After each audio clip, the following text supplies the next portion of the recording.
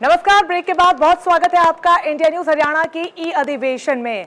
आज हम बात कर रहे हैं डॉक्टर्स की, क्योंकि दुनिया भर में डॉक्टर्स डे मनाया जा रहा है। उन तमाम डॉक्टर्स को हम सलाम कर रहे हैं जिन्होंने कोरोना काल में दिन रात काम किया, अपनी जान की परवाह तक उन्होंने की। और यही कहते हैं और इसीलिए लिखा भी गया है कि ना कोई दर्द ना कोई आराम, बस हमारी जिंदगी देश के नाम। और ये पंक्तियां डॉक्टर्स की जिंदगी पर, डॉक्टर्स के काम पर बिल्कुल सटीक बैठती हैं।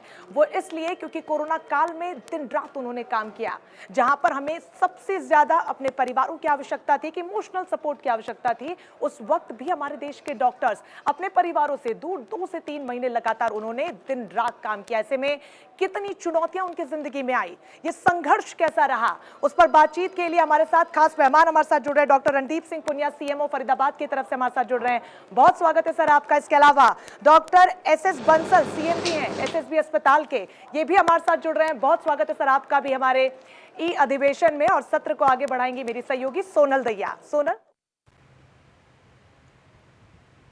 बहुत शुक्रिया रंजना। सबसे पहले तो doctor Randeep Singh Punia, doctor SS Bansal, आप दोनों को डॉक्टर्स डे की बहुत बहुत शुभकामनाएं आईटीवी ग्रुप की तरफ से। आप दोनों तक मेरी आवाज पहुंच पा रही है? डॉक्टर एसएस बंसल, आपसे शुरुआत करना चाहूंगी। सबसे पहले तो आज डॉक्टर्स डे पर कैसा महसूस कर रहे हैं?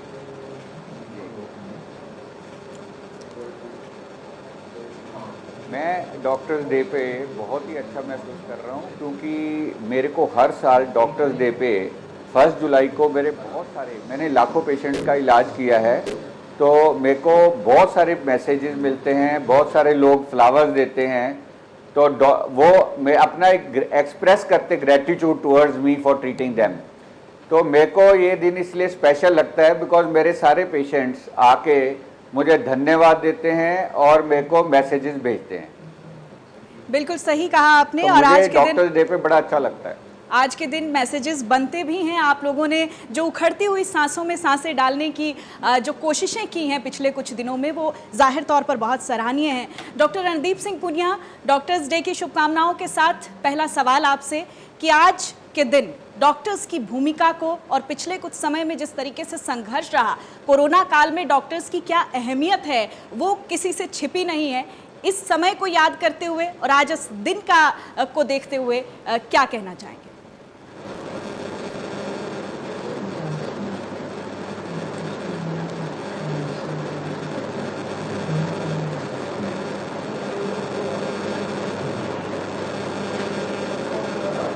डॉक्टर रणदीप सिंह पुनिया, आवाज पहुंच पा रही है मेरी आप तक? लगता है डॉक्टर रणदीप सिंह पुनिया तक आवाज नहीं जा रही है किसी तकनीकी खामी के चलते। डॉक्टर एसएस बंसल, हमने देखा पिछले कुछ दिनों में, जिस तरीके से मैंने पहले भी कहा कि कोरोना काल ने हमें सिखाया कि डॉक्टर्स असल में हैं क्या। डॉक्टर्स को भगवान का दर्जा दिया जाता है, लेकिन इस भगवान के दर्जे के साथ साथ आपके अंदर जो चुनौतियां आई, किस तरीके के संघर्ष आपको देखने पड़े, आज डॉक्टर्स डे पर किन खास चीजों का जिक्र करना चाहेंगे? जी सोनम, मैं आपको ये बताना चाहता हूँ कि जो इस बार कोविड यूं डिस्टर्बेंस आ रही है कुछ मेरे जी। Now I will speak ji. Eco आ रही है, इको को मैं बंद कर देता हूँ इसको। हाँ, can you hear me now? Doctor SS Bansal, can you hear me now? जी जी बिल्कुल हियर मी। बिल्कुल बिल्कुल सर, सुन पा रहे हैं आप, अपनी बात रखिए। यूं तो हम, हाँ जी जी जी जी जी जी यूं तो हम हर साल कोविड डॉक्टर्स डे मनाते हैं, पर इस बार ये स्पेशल है क्योंकि इस बार लोगों ने रियलाइज किया है कि डॉक्टर्स डे बहुत इम्पोर्टेंट है। डॉक्टर्स के प्रति उनकी श्रद्धा इतनी बड़ी है। मई का मंथ अगर हम लें, मई के मंथ में इतने पेशेंट आए हैं सेकेंड वेव में, इतने डॉक्टर्स ने इतनी डेडिकेशन से, हार्डवर्क से, अपनी कमिटमेंट से इतने लोगों का इलाज किया, और कोविड के सीरियस पेशेंट्स जो हैं उन्होंने अपनी जान की परवाह किए बिना उनका इलाज किया। और हमारे हॉस्पिटल में 60 के करीब आईसीयू बेड्स हैं, उनमें सीरियस मरीज दाखिल थे। मई के मंथ में पूरे बेड लगातार फुल रहे हैं। कोई पेशेंट वेंटिलेटर पे था, कोई पेशेंट CPAP पे था, ऑलमोस्ट सारे पेशेंट ऑक्सीजन पे डिपेंडेंट थे। उसके अलावा 100 पेशेंट्स जो जनरल वार्ड और प्राइवेट रूम में थे वो भी ऑक्सीजन के ऊपर थे। तो ये 160 पेशेंट जो हम मैक्सिमम ट्रीट कर सकते थे, पूरा मई हमारे पास वो दाखिल रहे हैं और हमारे डॉक्टर्स ने अपनी जान की परवाह किए बिना, किसी ने कोई छुट्टी नहीं ली, किसी ने भी अपने किसी भी बहाने से ड्यूटी से वो भागे नहीं और उन्होंने अपन दिन रात लग के उनको लाखों जितने भी लोग थे हमारे आईसीयू में, बहुत सारे लोगों की जान बचाई। और मुझे लगता है कि हमने इस चैलेंज को देखा है और इस बार लोगों को ये प्रूव कर दिया डॉक्टर्स ने कि वो कितने डेडिकेटेड हैं, कितने हार्ड वर्किंग हैं, कितने कमिटेड हैं, अपने पेशेंट को लेके कितने सेंसिटिव हैं। तो उससे लोगों में बड़ा विश्वास बढ़ा है डॉक्टर्स के बारे में। और डॉक्टर्स जो हैं उनको भगवान का दर्जा वो देते थे, तो उनको लगा कि हम उनको गलत दर्जा नहीं देते थे। जिनके मरीज बच भी नहीं पाए तो उनको वो मरीज भी, उनके रिलेटिव्स भी डॉक्टर्स का शुक्रिया इसलिए मनाते थे, उन्होंने देखा अपनी आंखों से कि कोविड होने के बावजूद डॉक्टर्स ने अपनी जान की परवाह किए बिना उनके मरीज को बचाने में कोई कसर नहीं छोड़ी। उनके साथ वो दिन रात लगे रहे। अगर कोई नहीं भी बच पाया तो भी उनके मरीजों ने उस चीज़ को डॉक्टर्स की गलती नहीं माना। हमारे हॉस्पिटल में तो इस बार मैंने देखा है कि बहुत ज़्यादा डॉक्टर्स ने डेडिकेशन के साथ मेहनत की है और लोगों का विश्वास जीता है। बिल्कुल डॉक्टर एस.एस. बंसल, आप बहुत सही कह रहे हैं, विश्वास जीता है। लेकिन कोरोना की इस सेकंड वेव में अगर हम देखें तो बहुत सारी शिकायतें भी अस्पतालों से लोगों को रही हैं। तो इन सब चीज़ों के बीच क्या लगता है कि जो आम आदमी का डॉक्टर पर भरोसा है वो बढ़ा है या फिर घटा है? उस कनेक्ट को कैसे देख रहे हैं आप? जी, ये बड़ा इम्पोर्टेंट सवाल है बिकॉज डॉक्टर्स जो हैं उनके ऊपर लोगों को थोड़ा सा जो विश्वास की कमी आई थी, वो मुझे ऐसा लगता है कि कोविड के दिनों में जो लोग नहीं ठीक हो पाए, नेचुरली उनकी कुछ ग्रीवेंसीज रही होंगी। लेकिन इसमें मैं ये कहना चाहूँगा कि डॉक्टर कभी भी अपने मरीज का बुरा नहीं चाहता। हर डॉक्टर चाहता है कि उसका पेशेंट ठीक होकर घर जाए। एक हॉस्पिटल या नर्सिंग होम एक ऐसे मंदिर हैं जिनके अंदर लोगों के कष्टों को, बीमारी में जो पेशेंट को कष्ट होता है उसको सॉल्व किया जाता है, उसका निर्धारण किया जाता है। तो ऐसे जगह पे पेशेंट अगर कोई सेटिस्फाइड नहीं है तो मैं चाहता हूं कि पेशेंट जो हैं उसमें कानून के हिसाब से कोई भी कार्रवाई करने के लिए उनको अलाउड है। लेकिन फिर भी मुझे ऐसा लगता है उनको ये सोचना चाहिए कि कोई डॉक्टर अपने मरीज का बुरा नहीं चाहता और ये वो मंदिर है जिसके अंदर पेशेंट उनके ठीक हो रहे हैं। हर मरीज को ठीक नहीं किया जा सकता, बीमारी की स्टेज पे डिपेंड करता है। तो जो लोग डिससेटिस्फाइड भी हैं उनको किसी तरह की वायलेंस करने का अधिकार नहीं है। और वो अपने, मैं ये भी चाहूँगा कि डॉक्टर्स जो हैं मरीज के अंदर विश्वास बनाए रखने के लिए जिस प्रकार उन्होंने डेडिकेशन और कमिटमेंट से कोविड में काम किया है उसी तरह से वो करते रहें ताकि लोगों का विश्वास बना रहे। और बिल्कुल डॉक्टर एस.एस. बंसल, ये बहुत ही महत्वपूर्ण आपने विषय उठाया है। जो वायलेंस अगेंस्ट डॉक्टर्स है ये बहुत अहम विषय हो जाता है इस वक्त पर, क्योंकि हमने देखा है कि पिछले कुछ दिनों में एक अलग तरीके की फ्रस्ट्रेशन लोगों के भीतर रही और उसका शिकार कहीं ना कहीं डॉक्टर भी बने हैं। हमारे साथ डॉक्टर रणदीप सिंह पूनिया भी जुड़ गए हैं। आप तक मेरी आवाज़ पहुँच पा रही है डॉक्टर रणदीप सिंह पूनिया? जी, सबसे पहले तो मैं इंडिया न्यूज़ हरियाणा का धन्यवाद करना चाहूँगा कि उन्होंने आज अपना सारा जो चैनल का समय है वो डॉक्टर्स डे पे हरियाणा के डॉक्टर्स के लिए समर्पित किया है। मैं इस दिवस पे हरियाणा के सभी चिकित्सक, सरकारी और निजी चिकित्सकों को बधाई भी देना चाहूँगा डॉक्टर्स डे की। और इस दिवस पर मैं जो डॉक्टर्स या पैरामेडिकल स्टाफ हमारे बीच में कोरोना से लड़ाई लड़ते हुए नहीं रहे, या हरियाणा की जनता के वो लोग जो कोरोना से जिनकी डेथ हुई उनको हमारे लाख प्रयत्न करने के बावजूद भी वो अपनी जान नहीं बचा पाए, उनको भी श्रद्धा सुमन अर्पित करना चाहूँगा इस मौके पर। तथा मैं संदेश देना चाहूँगा डॉक्टर्स डे पे कि जैसा कि मेरे से पहले पूर्व वक्ता ने बताया है कि डॉक्टर कभी नहीं चाहता कि उसका मरीज़ ठीक होकर के ना जाए। जब भी कोई डॉक्टर सर्जन कोई सर्जरी करता है या कोई डॉक्टर किसी मरीज़ का इलाज करता है और वो जब ठीक होके जाता है तो उसको असीम आनंद प्राप्ति होती है, डॉक्टर को बहुत खुशी होती है। उसी प्रकार से अगर कोई मरीज ठीक नहीं होता है और किसी की डेथ होती है बिल्कुल तो स्वाभाविक बिल्कुल तौर पे डॉक्टर उतना रणदीप ही सिंह दुख पूनिया, डॉक्टर को यही भी एक होता है। संवेदनशील परंतु सवाल चूंकि मैं आपसे डॉक्टर पहले भी का पूछना चाह रही थी कि तमाम कोशिशों के बावजूद जब एक डॉक्टर अपने मरीज को बचा नहीं पाता है तो उस वक्त आप लोगों के जहन में क्या होता है, आप क्या सोचते हैं? देखिए, हम लोगों ने पहली वेव भी देखी है और दूसरी वेव जो देखी है, दूसरी वेव जो थी वो बहुत खतरनाक थी। और चिकित्सकों से अगर आप कोई भी व्यक्ति अपने उनके अनुभव अगर सेकंड वेव के साझा करेगा तो रियल में ये हम डॉक्टर्स के लिए भी बहुत एक बहुत बड़ा मेंटल ट्रॉमा था कि हम कोशिश करने के बावजूद भी कुछ लोग ऐसे थे जिनकी जान नहीं बचा पाए, तो उनका गम हमें भी होता है। परंतु चूंकि डॉक्टर का ये पेशा है, उसका एक काम है, अगर वो इस गम में अगर दूसरे सारे काम छोड़ देगा तो दूसरे मरीजों की भी जान जा सकती है। इसलिए हमारा कर्तव्य करते रहना एक सतत रूप से ज़रूरी है और जितनी खुशी ठीक करने में मिलती है उतना ही दुख मरीज की मृत्यु पे हर चिकित्सक को होता है। हाँ, बिल्कुल सही कह रहे हैं आप लोगों पर जिम्मेदारी भी इतनी भारी है और कहीं ना कहीं अंदर से एक इंसान भी है, एक संवेदनशील इंसान भी अपने मरीज से एक डॉक्टर का एक अलग से कनेक्ट भी बन जाता है और जब वो मरीज लाख कोशिशों के बावजूद बचता नहीं तो एक दुख परिवार को जो झेलना पड़ता है वही कहीं ना कहीं डॉक्टर्स के दिमाग में भी होता है। Doctor SS. बंसल, देखा हमने कोरोना काल को, बहुत सारी परेशानियों को, बहुत सारी चुनौतियों को, और आप लोगों की जो पीड़ा थी, आप लोगों का जो दर्द था वो कहीं ना कहीं इस कोरोना काल में दब कर रह गया, कहीं ना कहीं अनसीन रह गया।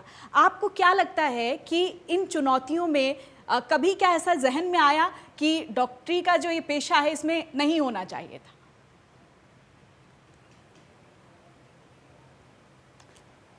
ऐसा जहन में कभी नहीं आया क्योंकि हम जो है बेसिकली प्रोफेशनली वर्क करते हैं और प्रोफेशनली हमें अगर सेटबैक भी मिलते हैं तो हम उस चीज़ को एक चैलेंज की तरह लेते हैं। मेडिकल प्रोफेशन में जब हम एंटर किए तभी से हम जो डॉक्टर्स का पेशा है इसमें मेहनत बहुत है, पढ़ाई पहले बहुत करनी पड़ती है, उसमें भी बहुत हार्ड वर्क है। उसके बाद पेशेंट्स के इलाज करने में और उसका वो हर मरीज़ अलग तरह का होता है, हर मरीज़ सीरियस होता है, कई मरीज़ बहुत सीरियस होते हैं। तो सभी के ये जो चैलेंज है इसको हैंडल करना एक डॉक्टर्स के प्रोफेशनल रिक्वायरमेंट है। तो इसलिए बिना इमोशनल हुए अगर किसी पेशेंट की डेथ भी हो जाती है तो हमें दुख होता है, पर हम उसमें इमोशनली इतना इन्वॉल्व नहीं हो सकते कि बाकी अपने पेशेंट्स को इग्नोर कर दें। तो हमें तो कंटिन्यूसली अपना एफर्ट जारी रखना होता है। आप ये सोचें कि अगर डॉक्टर्स भगवान नहीं है, डॉक्टर्स तो जो हैं एक प्रोफेशनल्स हैं जो अपने काम को डेडिकेशन और कमिटमेंट से करते हैं। और उसके अलावा फिर भी देखो, हर पेशेंट को बचाया नहीं जा सकता। अगर हर पेशेंट को बचाया जा सकता होता तो 750 डॉक्टर जो फर्स्ट कोविड वेव में जिनकी डेथ हुई है इंडिया में और 650 के करीब डॉक्टर्स की डेथ हुई है सेकंड वेव में, तो अगर डॉक्टर्स भी अपने आप को नहीं बचा पाए तो लोगों को समझना चाहिए कि डेथ जो है वो हर एक की प्रिवेंट नहीं हो सकती है, लेकिन कोशिश डॉक्टर्स अपने ज़रूर चाहते हैं, पूरी कोशिश की जाए, हर मरीज को बचाने की कोशिश की जाए। तो मरीज को अगर किसी की डेथ होती है तो इतना अपसेट नहीं होना चाहिए कि वो अपने डॉक्टर को ब्लेम करना शुरू कर दें या वायलेंस पे उतर आएँ।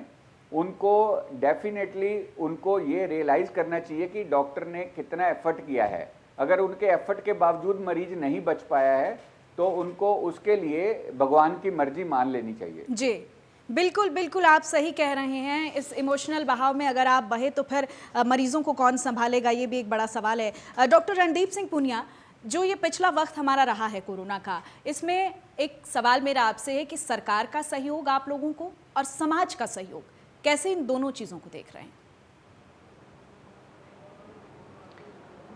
देखिए, सरकार जब से कोरोना शुरू हुआ है तभी से बड़ी मुस्तैदी के साथ और बड़ी जिम्मेदारी के साथ भारत सरकार और हरियाणा सरकार लगे हुए हैं। जो भी प्रयास इस संबंध में किए जा सकते हैं वो सतत रूप से जारी हैं। शुरुआती दौर में लॉकडाउन और बहुत ज़रूरी था, वो समय पे किया गया। उसके बाद में जो है ना टेस्टिंग की सुविधाएं आप देखिए कि ऑलमोस्ट हर जिला हेडक्वार्टर पे हमारी मोलिकुलर लैब है और टेस्टिंग की सुविधाएं इतनी बढ़ाई हैं। हर जिले में हर प्राथमिक स्वास्थ्य केंद्र पर आज कोविड की टेस्टिंग होती है, जिसके बारे में हम सोच भी नहीं सकते थे शुरुआत में। उसके बाद में टेस्टिंग की सुविधा भी हमने बढ़ाई है और उसको ट्रेसिंग और ट्रैकिंग के लिए भी हमने जिला प्रशासन और पुलिस और म्यूनिसिपल कॉरपोरेशन, फ्रंटलाइन वर्कर्स, सभी प्रकार के लोगों ने आगे आके बहुत बढ़िया काम किया है।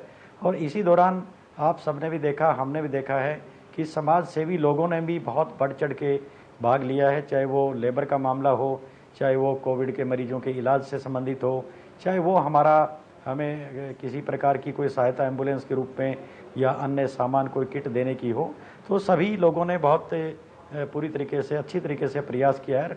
उसी का परिणाम है कि हम इतनी ज़्यादा आबादी के देश में रहते हैं और हमारा देश क्षेत्रफल में उतना ज़्यादा बड़ा नहीं है, यानी कि जो घनत्व है हमारा जनसंख्या का वो ज़्यादा है।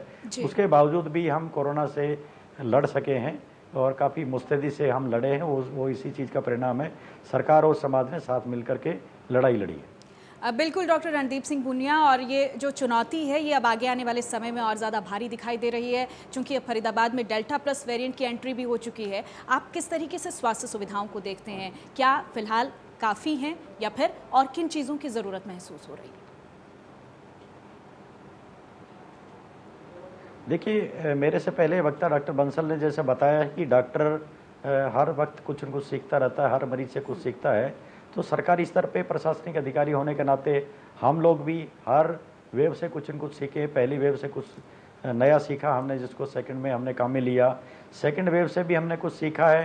डेल्टा वेरिएंट का जहाँ तक सवाल है कि डेल्टा वेरिएंट का एक केस जो हमें मिला है वो एसिम्प्टोमेटिक या माइल्ड सिम्प्टोमेटिक केस था और वो लौट करके अपने घर चला गया। उसके उपरांत स्वास्थ्य विभाग प्रशासन बिल्कुल सजग है। ट्रेसिंग, ट्रैकिंग और उस एरिया की जो सर्विलेंस है वो सभी प्रकार की हमने कर दी है और उनके जितने भी क्लोज कॉन्टैक्ट्स थे वो सारे नेगेटिव हैं। फिर भी हमने एहतियातन तौर पे उससे पूरे मोहल्ले के अंदर जहाँ का वो रहने वाला है वहाँ वैक्सीनेशन भी करा दिया है, सबकी टेस्टिंग करा दी है। लेकिन मैं इस बीच में जनता को ये कहना चाहूँगा कि जब तक हमारा वैक्सीनेशन जब तक पूरा नहीं होता है तब तक हमें उन सभी चीज़ों का पालन करना पड़ेगा जो कोविड एप्रोप्रिएट बिहेवियर के तहत आती हैं, तभी हम कोविड से बच सकते हैं। बिल्कुल सही कह रहे हैं आप। लोगों को बहुत सजग और सचेत रहने की ज़रूरत है और वैक्सीनेशन बहुत इंपॉर्टेंट है। लगातार हम अपने कार्यक्रम कोविड ओपीडी के ज़रिए आप ही जैसे खास डॉक्टर्स के साथ बैठते हैं, चर्चा करते हैं और लोगों को अवेयर करते हैं आगे आने वाली परिस्थितियों के लिए भी। Doctor SS. बंसल, हमने देखा कि बहुत सारे मरीजों को आप लोगों ने तनाव से निकाला है, उनके परिजनों को एक राहत की सांस दी है। लेकिन इस कोरोना काल में आपके ऊपर जब तनाव भारी हुआ तो आप कैसे निकले? कुछ खास अनुभवों का जिक्र करना चाहेंगे?